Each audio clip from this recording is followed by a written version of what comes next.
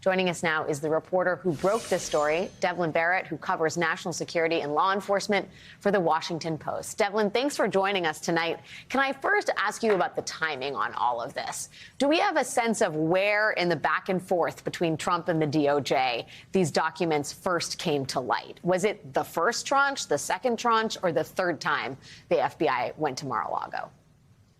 So there are still blanks in the specifics of that, but what I can tell you is that some of these most sensitive documents were recovered in the search on August 8th. And one of the ways in which that complicated this investigation was that the investigators who were working this case initially were not authorized to read some of the very documents that they were investigating.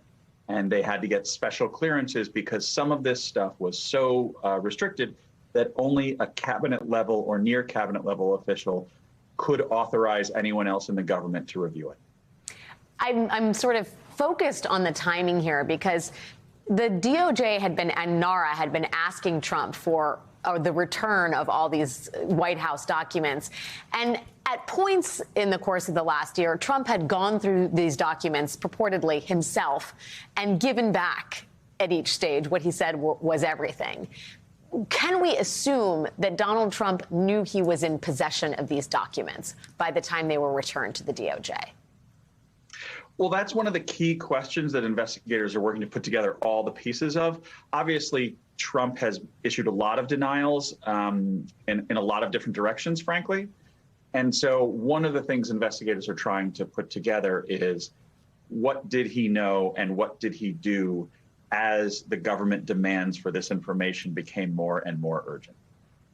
Did the FBI, do you have a sense of whether the FBI knew these documents were missing? I mean, I think one of the most infamous pieces of information we've gotten in all of this are the empty, classified, and top secret folders. Do we have a sense that this is one of the documents from those empty folders? Did the FBI actually know that some important information was missing, or did they only find out about it once they got it back from Mar-a-Lago?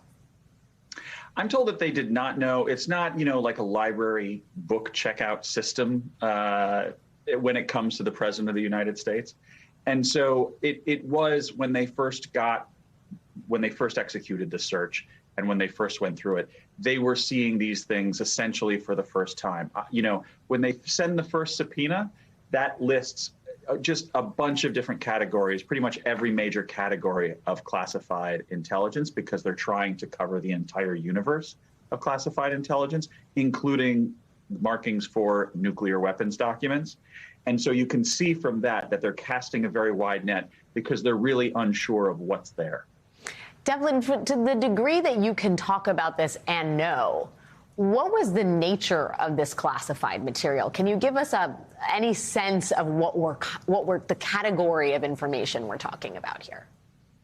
So I think what's notable is that a bunch of these documents described intelligence gathering activities aimed at China. And that's important for a couple reasons. One, that's some of the most secretive work the U.S. intelligence community does, and it's some of the most difficult work. If you remember, there have been in recent years instances where the U.S.'s network of informants of people who helped them in China were sort of pulled apart and taken down. And so that area is a very difficult area to gather intelligence in. So the notion that this type of government secret was sitting in a basement or in an office, far away from the lock and key secure government facilities where it's supposed to be, is very alarming to officials. Yeah, we just pulled up the headline from, there was one piece in about 2010 and then there was one more recently. But effectively, I mean, the Chinese, I believe, systematically dismantled CIA spying operations. And when we say systematically dismantled, we're talking about killing or imprisoning. I think the estimate is more than a dozen sources over 2 years. That's all especially relevant given China's importance in the geopolitical landscape. In terms of the Iranian information, we mentioned nuclear capabilities, missile systems. I was speaking with a former national security official who suggested the missile systems are important because if Iran is trying to put a nuclear warhead on a ballistic missile, people need to know about that and people will want to know about it. Can you talk a little bit more about that? Yeah, and I think everything you said is right. I do want to be clear. while we have reported the nuclear detail and the missile document that we've talked about, I actually don't know yet whether those are the same thing, whether we're talking about the same thing. I have not been able to figure out yet when we talk about that military defenses document, are we talking about Iran? Are we talking about China? Or are we talking about some other country? We're still working on reporting that out.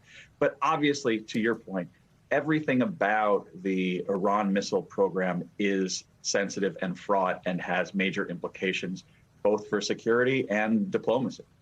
Is there a working theory for why Trump had all of this?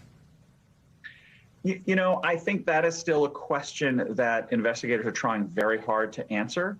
I think one of the things that is sort of amazing about this entire process is there's a universe in which if all of this stuff had been returned when asked, or even if all this stuff had been returned when demanded by subpoena, we really wouldn't be here.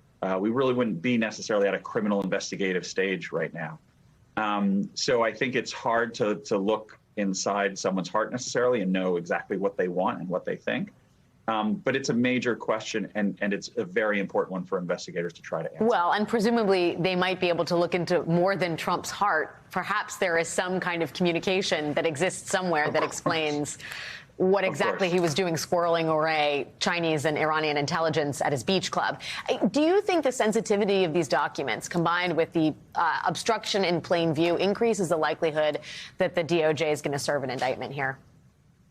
So to that question, I spoke to a very senior former Justice Department lawyer today who said this is the sensitivity, the extreme sensitivity of these documents is exactly the kind of thing that would be considered an aggravating factor to prosecutors considering a charge, meaning it counts against him. It is a mark against him as they consider whether to file charges in this case.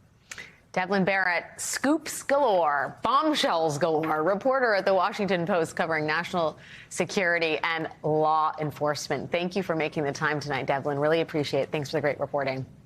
Thanks for having me.